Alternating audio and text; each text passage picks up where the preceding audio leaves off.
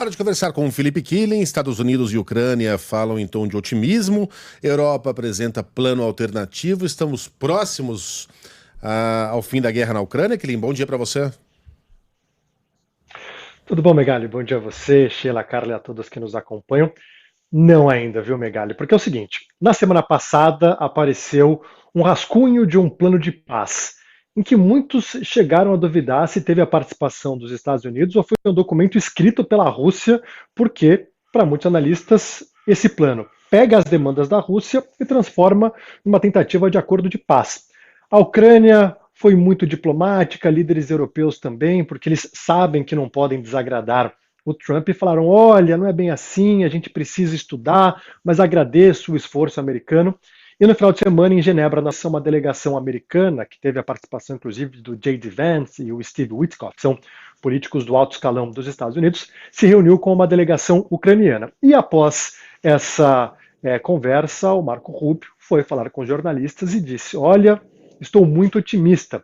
E o Trump já falou em otimismo outras vezes, políticos europeus também, americanos, mas o que a gente vê das declarações não acaba se traduzindo nos fatos. Isso porque a Europa apresentou um plano alternativo de paz. E é um plano bem diferente daquele que a Rússia, disse apoiar e que os Estados Unidos teriam concordado, porque não fala no reconhecimento de áreas anexadas de forma unilateral. A Rússia quer que a comunidade internacional reconheça a Península da Crimeia, anexada em 2014, além daquelas áreas no leste ucraniano, além da Ucrânia ceder toda a região de Donbass. Ainda possui o controle de 15% dessa área. E a Ucrânia falou que se fizer isso, vai abrir um precedente perigoso. E a Europa também fala: a gente não pode permitir que fronteiras sejam modificadas por meio da força. Vai abrir um precedente perigoso. O Volodymyr Zelensky falou agora há pouco e disse que a Rússia é o país agressor e precisa pagar pela reconstrução da Ucrânia. Até por isso, os ativos russos congelados na Europa deveriam ser utilizados para reconstruir a Ucrânia.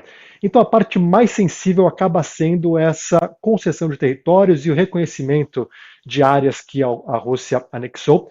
Outros pontos, parece que a Europa estaria disposta a ceder, falou que poderia convidar a Rússia de volta ao G7, e aí ser um G8, levantar algumas sanções, mas a questão territorial ainda acaba sendo um ponto que tanto Rússia como Ucrânia estão longe de um consenso. Então, a gente vê um político falando em otimismo de um lado, outro do outro, palavras muito bem escolhidas, para não desagradar o Trump, mas, na verdade, as propostas que Rússia e Ucrânia colocam na mesa ainda estão muito distantes.